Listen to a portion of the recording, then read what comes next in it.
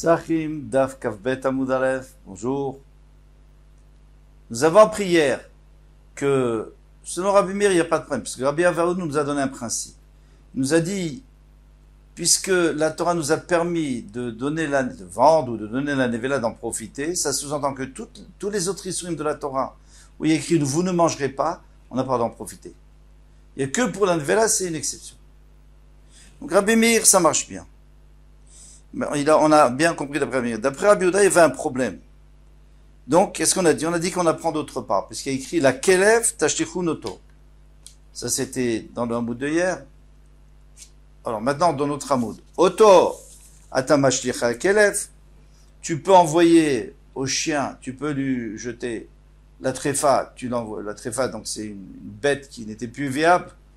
Tu la jettes au chien. Mais pas les autres isurim de la Torah, tu peux pas en profiter. Donc il a appris d'ici. Rabbi Meir, qu'est-ce qu'il va faire de ce mot auto? Parce que Rabbi Yehuda, il a utilisé le mot auto, c'est tashtichun auto, vous le jetterez, vous donnerez au chien lui, mais pas autre chose. Mais lui, qu'est-ce qu'il va faire avec ce auto? Alors il dit auto atamashech la kelev, yatamashech la kelev chulu shinshtratu ba'azara. On va apprendre autre chose, que si quelqu'un a fait la shrita d'un animal, choulin, qui est pas du tout kodesh, qui est pas un korban, dans la hazara, eh bien, il est assourd, bien sûr. Eh bien, ce choulin, tu n'as pas le droit de l'envoyer au chien. Tu n'as pas le droit de donner au chien. Tu dois l'enterrer. Pourquoi? Parce qu'il y a écrit auto. Ça, tu peux donner au chien. La tréfa, mais pas le choulin shinshretu bazara. Et pourquoi moi j'aurais pensé qu'on pourrait donner au chien le choulin shinshretu bazara, mais ça fait pas partie de Nevela. Nevela, c'est une bête qu'on a tué, ou qui est morte, mais sans shrita, ou une mauvaise shrita. Tréfa, c'est pas la même chose, c'est une bête qui est vivante. On lui a fait la shrita, mais elle était pas viable, parce qu'elle avait un défaut, parce qu'elle avait un trou dans les poumons, par exemple. Alors, d'où sait-on? Qui aurait dit, de toute façon, d'après le principe de Rabbi Avaou, on pourrait pas en profiter. Après, on a besoin d'auto pour nous le dire. Parce que là-bas, il n'y a pas écrit l'autochelo. Là-bas, il y a écrit qu'il faut faire la shrita là où tu es et pas au Beth Amikdash. C'est tout. Veidach. Alors maintenant, d'accord, donc Rabbi Meir on a compris qu'il dit shchuli shinshretu bazara, on apprend de auto. Veidach et Rabbi Yehuda, shchuli shinshretu bazara, lav de roitaï. Il dit de toute façon, on n'apprend pas de nulle part parce que c'est même pas un issur de la Torah d'en profiter. C'est pas un issur de la Torah, c'est un issur de Chachamim. Quel est le issur de Chachamim? Pourquoi les Chachamim, ils ont mis un issur? Et parce qu'ils ont dit, regarde, si on autorise à profiter de ce choulin, donc de cet animal qu'on a fait la shrita, auquel on a fait la shrita dans la Zara, si on permet d'en profiter, les gens vont dire, ah, peut-être c'était un korban, et on a le droit de profiter d'un korban, même si on n'a pas versé le sang, et nous on sait très bien que tant qu'on n'a pas versé le sang, personne ne peut profiter du korban, parce qu'il appartient à Hachem, il ne nous permet pas d'en profiter. Donc pour pas qu'on arrive là, on a dit, même choulin, qu'on a sacrifié dans la Zara, bien sûr qu'on n'a pas versé le sang, on n'a pas le droit, eh bien, c'est interdit, midérabanan. Donc on n'a pas besoin du pasuk auto pour l'interdire, parce que c'est pas du tout interdit d'après la Torah. Métiv Rav Yitzhak Nafra. Rav Yitzhak Nafra a posé la question. Vare guidanaché. Alors on sait qu'il est interdit de manger le guidanaché. Ou le guidanaché, donc le nerf sciatique. La Torah dit que les Bnei Israël n'ont pas le droit de manger le guidanaché. Alors normalement, si on n'a pas le droit de manger, d'après Rabbi Avaou, on n'a pas le droit non plus d'en profiter. Maintenant, pourtant, il y a écrit dans une Mishnah, Sholech Adam Yerech Lanochi, un homme peut envoyer un yerech, une hanche, une cuisse d'un animal, par exemple, qui est nevela, à un goy, et même avec le guidanaché dedans. Alors qu'est-ce qu'il va me dire? Oui, mais quelqu'un qui va voir que moi je vends au goy, il va s'imaginer que c'est de la viande cachère, et il va le racheter du goy. Et il va manger le guidanaché? Non, parce que il voit bien que le guidanaché est encore là, parce qu'on voit quand on a coupé et qu'on a enlevé le guidanaché, ça se remarque. Mais en tous les cas, on a le droit d'en profiter, puisqu'on peut donner au goy. Kassavar Rabbi Avahu, kshutra nevela, hi vechelva, vegida utra. Rabbi Avahu, il dit, vous vous rappelez qu'il y avait une exception quand même. Chaque fois qu'on a dit qu'on ne doit pas manger, on ne peut pas profiter. Il y avait une exception, c'est la nevela, bien sûr. On avait dit qu'on a le droit d'en profiter. La Torah a précisé qu'on a le droit d'en profiter. Alors elle a permis tout. Elle a permis la nevela, la chair, elle a permis la graisse, elle a permis la graisse qui est normalement interdite, elle a permis même le guide. Ça va bien d'après celui qui dit que le guide, il a un goût, que le nerf sciatique, il a un goût. Donc c'est comme de la viande. Donc c'est fait partie de la viande de nevela que tu as le droit d'en profiter. Et là, d'après celui qui dit qu'il n'y a aucun goût, donc c'est pas de la viande, c'est comme un morceau de bois. Ça, la Torah n'a pas permis d'en profiter. Elle a permis à la viande, pas le guide. Alors comment ça se fait que tu peux l'envoyer au goy et en profiter? Maïka Lemar, qu'est-ce qu'on pourrait dire? Alors la Gemara a dit, Man Shamatle, Damarim Begin Benotentam, mais qui est l'auteur de cette Mishnah qui nous dit qu'il n'y a pas de tam dans les guidim, il n'y a pas de goût? C'est Rabbi Shimon. Ah, donc c'est plus un problème. Parce que Rabbi Shimon, on va voir que de toute façon, il n'est pas d'accord avec nous. Détania, parce qu'il y a une braïta qui a dit,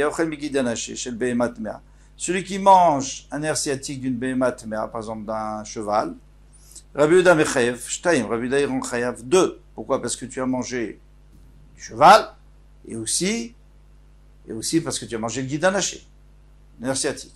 Donc ça fait 2 fois malcoute.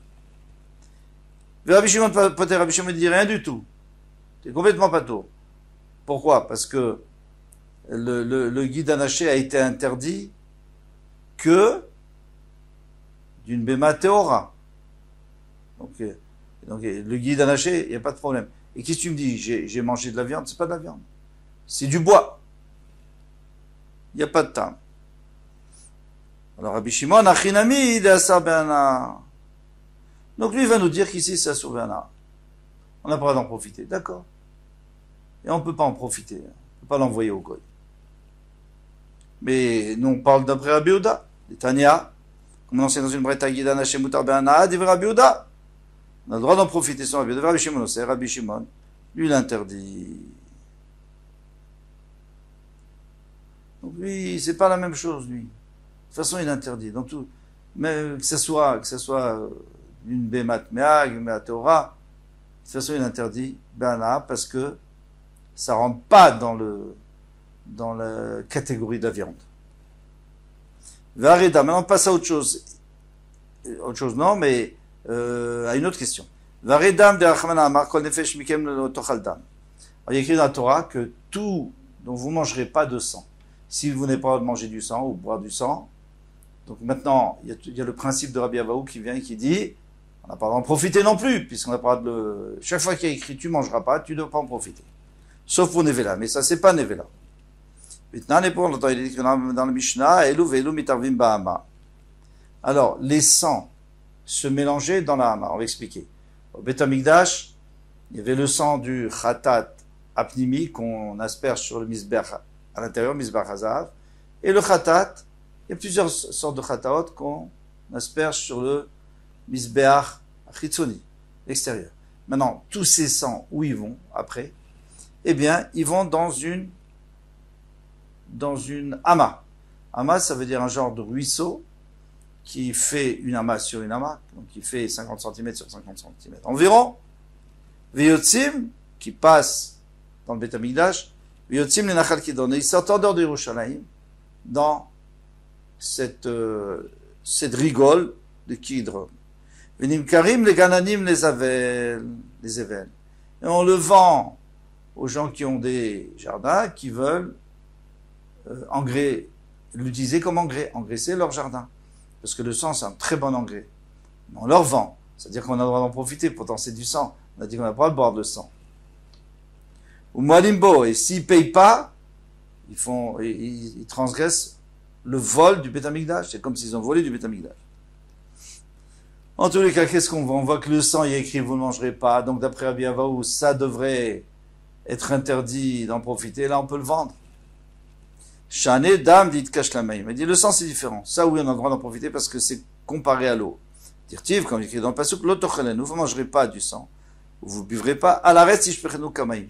Tu devras le jeter à terre comme de l'eau. Mamaïm mutari, de la même manière que l'eau, c'est mutar d'en profiter. Avdam mutar, le sang aussi on doit en profiter. Vema kamaïm amitnasrim, al-gabe misbeach. Mais peut-être qu'on parle de l'eau qu'on verse sur le misbeach, et c'est sûr qu'on n'a pas le droit d'en profiter. Alors le sang aussi, on n'aurait pas le droit. Amarabiavao, kemaïm, rov maïm. C'est quoi la majorité de l'eau? C'est pas le sang qu'on verse, c'est pas l'eau qu'on verse sur le misbeach. C'est l'eau courante. Midé rov maïm ktiv. Demande la Gemara, mais il n'y a pas écrit rov maïm, il n'a pas écrit la majorité de l'eau. Il a écrit maïm, je ne sais pas, peut-être c'est la maïm qu'on verse sur le misbeach. Et là, Maravashi, kemaïm anishpachim. Non. Il dit Ravashi, comme l'eau qui nishpachim, parce qu'il y a écrit, tu le buvras pas et tu le verseras comme l'eau. C'est-à-dire que de l'eau qu'on verse, pas de l'eau qu'on récupère. Pas de l'eau importante. L'eau importante, c'est l'eau qu'on verse sur le misbeach. Ça, on la jette pas, celle-là, au contraire, c'est kadosh. Donc ça s'appelle pas de l'eau qu'on verse. Le sang, il aura le même digne que l'eau qu'on verse, c'est-à-dire l'eau dont on n'a plus besoin. Et l'eau qui est manisachim, mais pas comme l'eau qu'on verse sur le misbeach.